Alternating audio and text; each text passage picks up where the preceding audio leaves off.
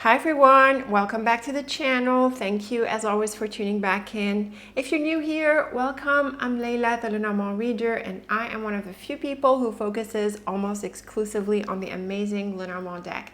Be sure to check out all of the resources that I have for you on the website. All of it is linked in the description box. So welcome to a new tutorial. In this tutorial, I want to go over what it means to get a sense of the overall energy of a reading. I think that often enough we get a feel for what a reading is like, and often this is a really important feeling. I think this applies in tarot, in really any form of cartomancy, and really any form of divination when you have a feeling about what to make of these symbols. And this really comes from your intuition, but also from your experience with the cards. And when it comes to Lenormand, we have a few tools that we can use to get an overall sense of the energy of a reading. So what I have here is a 9-card portrait, and we're going to use it as an example for how to get the energy of a reading. Now, to start with, the energy of a reading is going to a great extent, depend on the question being asked and the context of the question. And that is because the cards mean different things for different contexts. So depending on the question being asked, the cards might respond in a certain way. With a different question, they might respond in a different way. And so the energy of the reading depends on the question and the context to a great extent. So the question and the context of the question aside, there are several things that we can use based on the cards to help us determine the energy of the reading. For starters, we might look at the cards on key positions within a layout. In a portrait, there are 2 key positions. There is the first card and the central card. And the cards that figure in these key positions can have a lot of weight on the reading overall. So in this case, we have the mountain and the ship. And these 2 cards point to travel, especially when they come together. Now, when you look at the key positions, you might also compare them with the context of the question. Are they aligned with the theme of the question being asked? Are they different?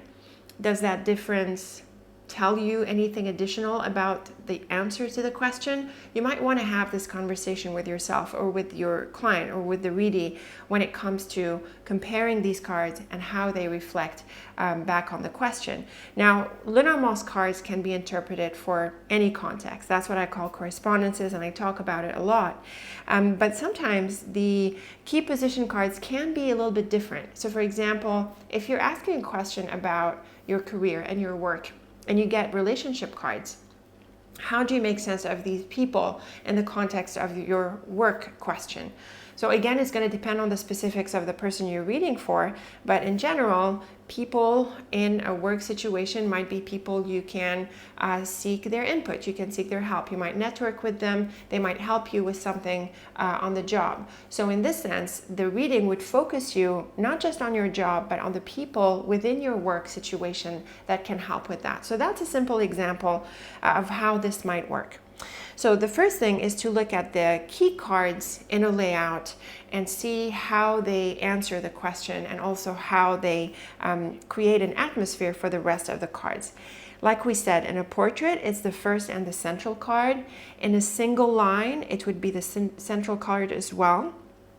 In other layouts, there can be other kinds of structures or other key cards that you can use to get a sense of the energy of the reading. In the Grand Tableau, for example, the first 3 cards on the top left of a tableau often help set the tone for the rest of the reading.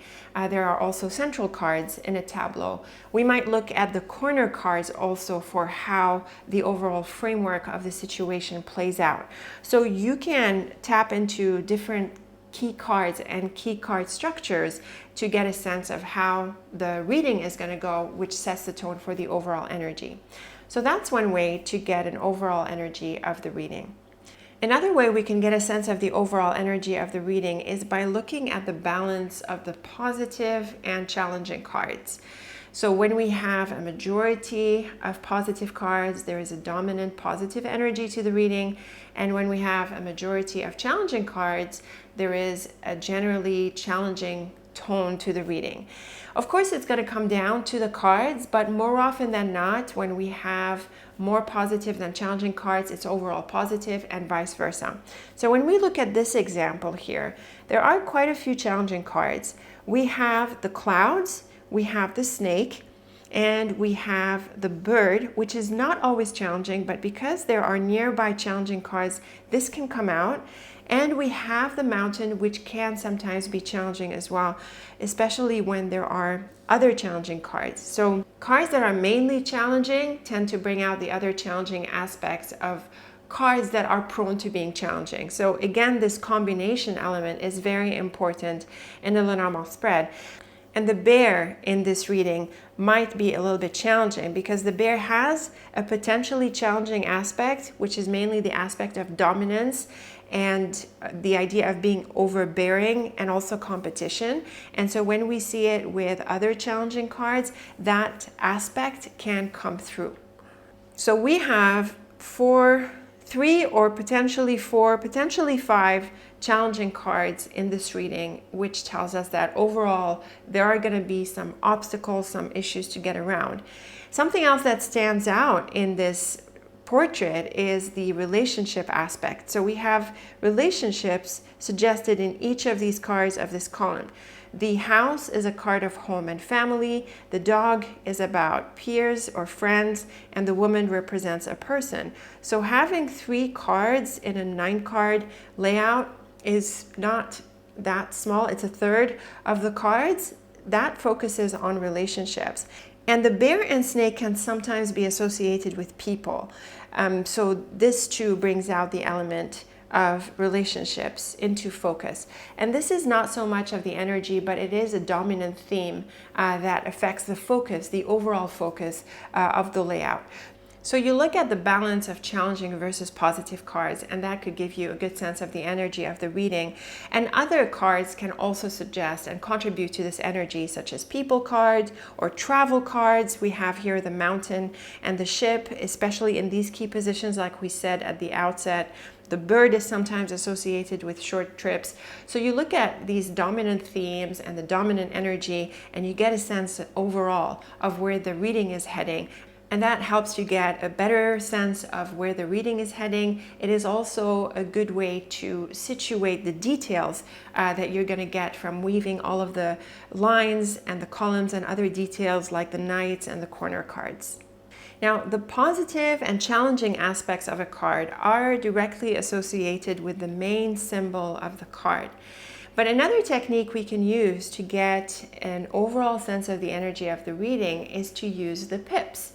Now, the pips are the 7 of diamond, the 10 of spades. They are the playing card associated with each of the Lenormand cards. And I've covered this pip element of the Lenormand cards in different resources. I've done videos. I also have blog posts. I'm going to link all of it for you to refer to. But it is not as used as the symbols in order to make sense of the cards. I also find that different authors have different preferences about how much they use the pips. Caitlin Matthews, for example, has a lot to say about the pips. She has a lot of information about it. I've also covered her deck and her work, and I will link those for you to refer to as well. So the pips in the Lenormand deck are quite special. They have a few unique features. For starters, because we have only 36 cards in the Lenormand deck, we don't have the full pip series. We have the ace, we have numbers 6 through 10, and we have the jack, queen, and king. And that's because we have 36 cards and not the full 52 deck. Another unique feature of the pips in Lenormand is that the challenging suit in Lenormand's cards is not the suit of spades, which corresponds to the suit of swords in the tarot deck. In Lenormand, the challenging suit is the suit of clubs. So these are some pretty unique features of the Lenormand pips. Now, these aside, you can still use the pips in a general way and also the pip numbers to get a sense of the overall energy of a reading. So like we said, the clubs tend to be the challenging suit. It also refers to responsibilities and complications and burdens and obligations and things like that. The suit of spades is about business, work, and activity. It's about discipline and responsibility. The diamonds are like the earth element, the pentacles. They have to do with enterprise and money and dynamism. And then the hearts are like in other suits, like the tarot cups, which also corresponds to the hearts. It corresponds to emotions, feelings, relationships, and those sorts of areas. So you can use the pips in order to get a sense of the overall energy of a reading in Lenormand. In this example, we have 4 clubs. We have the 8 of clubs, which is the mountain, the king of clubs, which is the clouds, the queen of clubs, which is the snake, and the 10 of clubs, which is the bear. So it is the dominant theme because we have the most cards in this suit. And then we have a couple of spades, a couple of hearts, and 1 diamond. So the clubs are the dominant suit in this reading, and the clubs are associated with challenges, and we do feel from these readings that it is overall challenging. And we saw that from the challenging cards, mainly the mountain and clouds and also the snake. And we suggested that the bear can potentially be challenging because of what surrounds it, and also the bird, which can be a bit of an anxiety-causing card, even though it is not a club. So the pips can come in pretty handy to get an overall sense of the energy of a reading, and I do think it is one of the better ways to use the pips in a reading. On this note, I want to let you know that I have a free resource that is dedicated to the pips. It's called the Pip Combinations Worksheet. You do want to download this right away and see what the clubs, the hearts, the diamonds, and the spades mean. And I also cover what the individual numbers mean and the court card means. And in this worksheet, you can combine a number with the suit and see what you come up with to train your interpretation skills. On this note, we can also look at if there's a dominant number or a dominant chord. So in this case, we have 3 tens, and there are ways to interpret card multiples. I do offer this in the course. I have a worksheet for it, and I think some other authors have covered specific multiples interpretations, and I believe it is Caitlin Matthews. But in general, the 10 refers to connections and guidance and mentorship. And what is interesting is that we have the bear and the dog in here. And typically the dog is a card of the junior and the bear is a card of someone senior. And so this really works out well with what tens generally mean. So this could be a learning phase. It might be a good idea to be open to learning, to be willing to grow. We might want to challenge our thinking a little bit and to grow in new directions. This can be suggested through the cards.